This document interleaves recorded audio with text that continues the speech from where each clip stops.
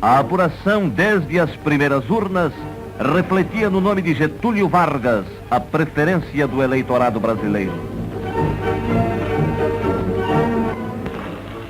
Prometo manter, defender e cumprir a Constituição da República, observar as suas leis, promover o bem geral do Brasil, sustentar-lhe a união, a integridade e a independência.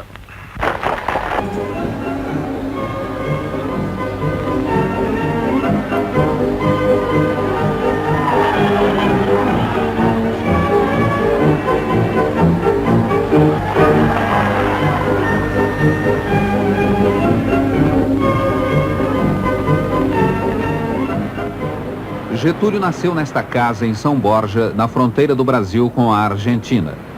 Era uma região agitada, sacudida de tempos em tempos por lutas de fronteira e pelejas políticas.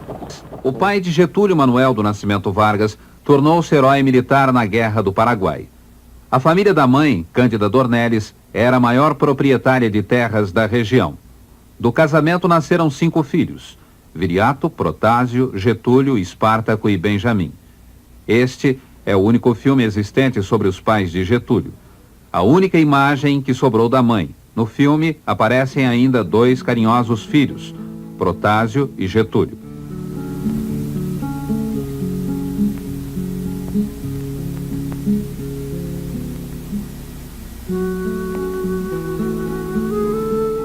Não há imagens de Getúlio menino. Nesta foto, a mais antiga existente, Getúlio tem 12 anos e o rosto de rapaz mais velho. Até aos 19 anos, época desta outra foto, Getúlio hesitou entre a carreira militar e o curso de Direito. Chegou a estudar aqui na Escola de Tática e Tiro de Rio Pardo, no interior do Rio Grande do Sul, de onde foi expulso em 1902 por indisciplina. Getúlio deixou o exército para estudar em Porto Alegre. Na Faculdade de Direito, começa a carreira política, integrando este grupo estudantil, o Bloco Acadêmico Castilhista, em 1907. 2 anos depois, conseguiu o primeiro mandato de deputado estadual. Nesta época, começou a namorar a futura mulher. Esta é uma das únicas imagens do período. Uma foto dada à noiva com uma dedicatória. A Darcy oferece com muito amor seu noivo Getúlio. Do casamento em março de 1911, nasceram 5 filhos: Lutero, Jandira, Alzira, Manuel Antônio e Getulinho.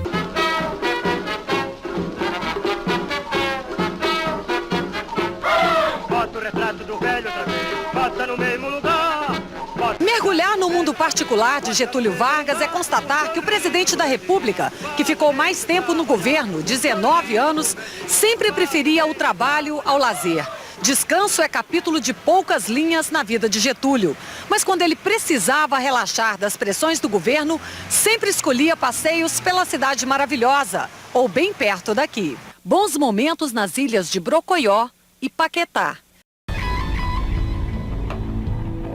3 vezes deputado estadual, Getúlio chega à Câmara Federal com a morte de um companheiro de partido.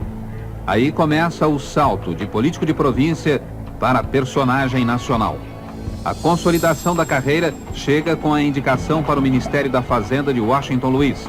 Getúlio ficou apenas 1 ano no cargo, mas foi responsável pelo melhor período econômico do governo.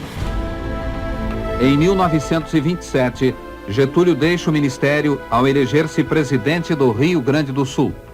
Sua principal preocupação: unificar politicamente o Rio Grande. Instalado no poder à frente de um governo bem-sucedido, Getúlio tornou-se o primeiro político gaúcho em condições de chegar à presidência da República. Para isso, contribuiu também à situação nacional. Em 22, jovens oficiais do Exército, os tenentes, rebelaram-se contra a indicação de Arthur Bernardes para a presidência da República. Em 24 e 26, o país fora sacudido por outras revoltas. Em todas, o descontentamento com a política do café com leite, o revezamento de políticos paulistas e mineiros na presidência da República. O Rio Grande do Sul e Getúlio passam a ser peças fundamentais no jogo da sucessão. Os mineiros aceitam dar a presidência ao Rio Grande. Os gaúchos se associam à conspiração contra Washington Luiz e Júlio Prestes, da qual faziam parte também alguns tenentes de 22. Getúlio mantém um comportamento dúbio, negocia com os conspiradores, mas não se compromete em termos definitivos com a trama. Em setembro de 29, a oposição lança seus candidatos à presidência. Getúlio na cabeça e João Pessoa, o governador da Paraíba, como vice. Eles perdem a eleição, mas consideram que o pleito fora fraudado e refazem os planos para um golpe. A 3 de novembro, Getúlio toma posse como chefe do governo provisório. Este é o primeiro documento filmado de Getúlio presidente. É uma festa em louvor a Nossa Senhora da Aparecida na esplanada do Castelo, no Rio. O novo governo cria o Ministério do Trabalho, Indústria e Comércio e com isso introduz um novo personagem na cena política, o trabalhador urbano. Antes de 30, havia algumas leis esparsas sobre os direitos dos trabalhadores, mas elas não eram cumpridas. Em 31, Getúlio decreta a Lei de Sindicalização e a Lei de Amparo ao Trabalhador Brasileiro. A jornada de trabalho foi fixada em 8 horas, criou-se a carteira profissional e foram regulamentados o trabalho da mulher e do menor. Em 39, Getúlio regulamentou a Justiça do Trabalho. No ano seguinte, instituiu o salário mínimo. E em 1º de maio de 43, promulgou simbolicamente em São Januário a Consolidação das Leis Trabalhistas, a CLT. Vargas criou também a Previdência Social, com os institutos e as caixas de aposentadoria e pensão. O trabalhador brasileiro possui hoje o seu Código de Direitos, a sua Carta de Emancipação Econômica. Carvão, aço e petróleo eram as grandes metas do governo Vargas. Em 38, o governo decretou a nacionalização das jazidas de petróleo e criou o Conselho Nacional de Petróleo.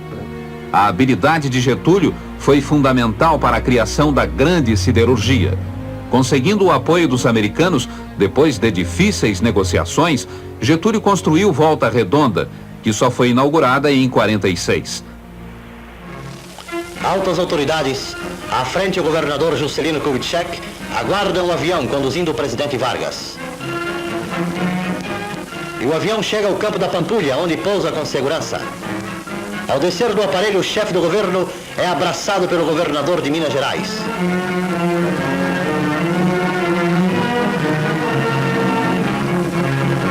Em carro aberto, o chefe do governo toma o rumo do centro da cidade entre aplausos do povo mineiro.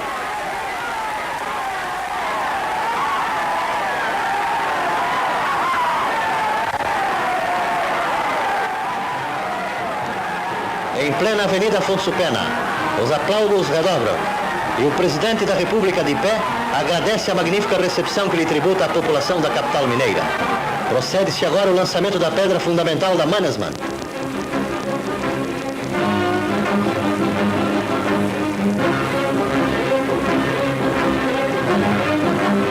Local onde será erguida a grande forja da indústria siderúrgica. Como ocorre todo fim de ano, realiza-se na Gávea Pequena o almoço de confraternização entre o chefe do governo e ministros de Estado, além de outras altas autoridades e membros das casas civil e militar da Presidência da República. Durante o almoço, fazem-se ouvir em animado show vários artistas do rádio carioca.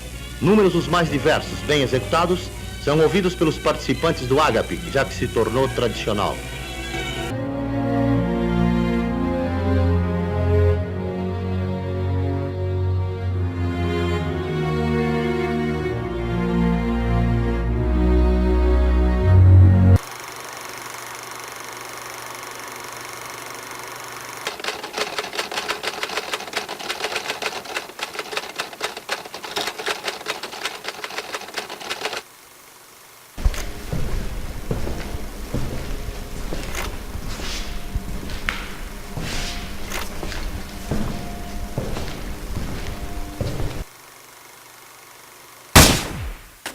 No dia 24 de agosto de 1954, Getúlio Vargas se matou com um tiro no peito em seu quarto no Palácio do Catete.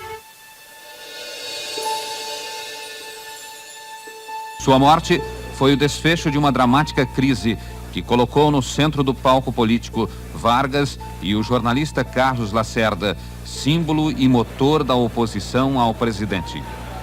A principal acusação oposicionista a Getúlio Vargas era a de que ele pretendia implantar no país uma república sindicalista inspirada nos métodos do ditador argentino Perón.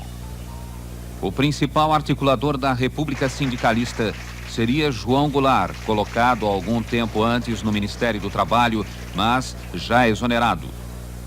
E o porta-voz da chamada República Sindicalista seria a cadeia de jornais Última Hora, fundada por Samuel Weiner.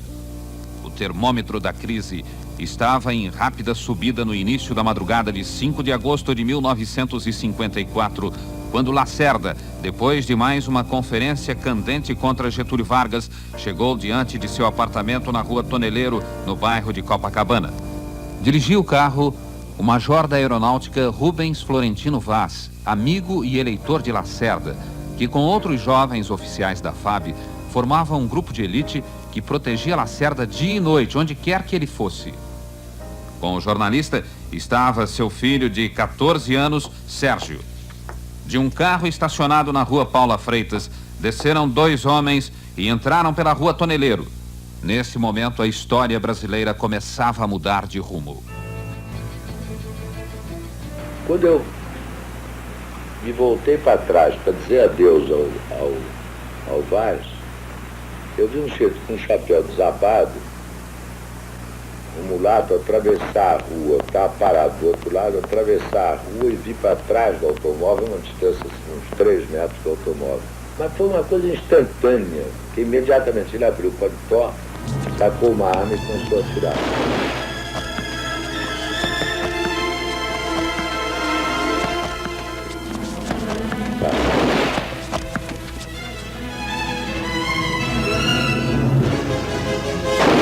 Pensei no revólver para atirar, mas aí o Sérgio se agarrou em mim. Eu julgava o Sérgio para trás do muro, o tal muro, arremessava ele para trás, ele vinha e se agarrava em mim de novo.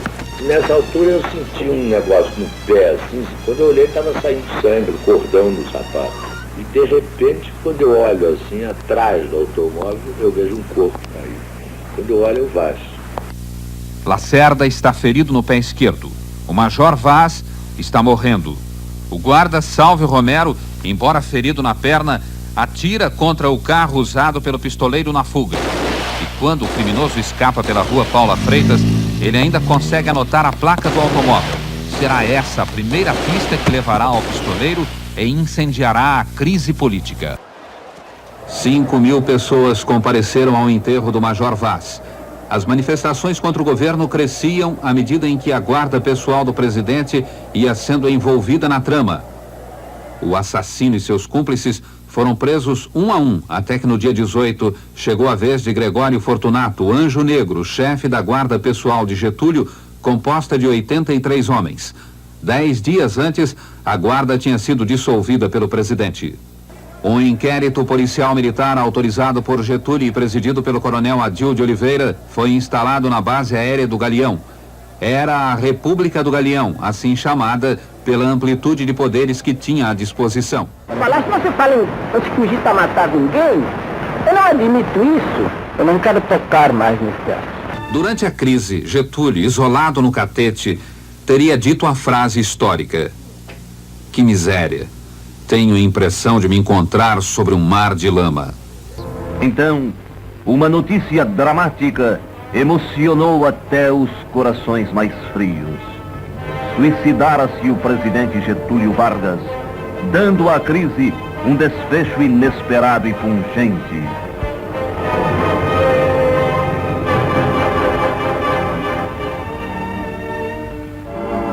A esposa, os filhos e parentes do extinto velam seu corpo, enquanto se avoluma o número de pessoas que acorrem ao Palácio do Catete após os primeiros instantes de estupefação.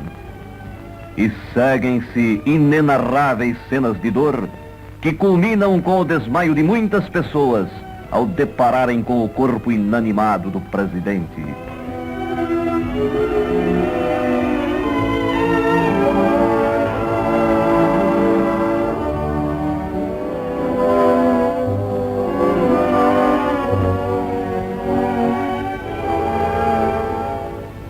na rua, intermináveis filas de gente que queria ver os restos mortais do estadista se formaram pela noite e a madrugada adentro.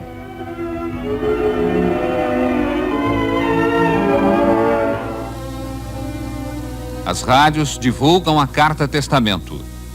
Uma cópia estava na mesa de cabeceira ao lado da cama, outra no cofre. A carta-testamento dizia: lutei contra a expoliação do Brasil. Lutei contra a expoliação do povo. Tenho lutado de peito aberto. O ódio, as infâmias, a calúnia não abateram meu ânimo. Eu vos dei a minha vida. Agora ofereço a minha morte. Nada receio. Serenamente dou o primeiro passo no caminho da eternidade e saio da vida para entrar na história.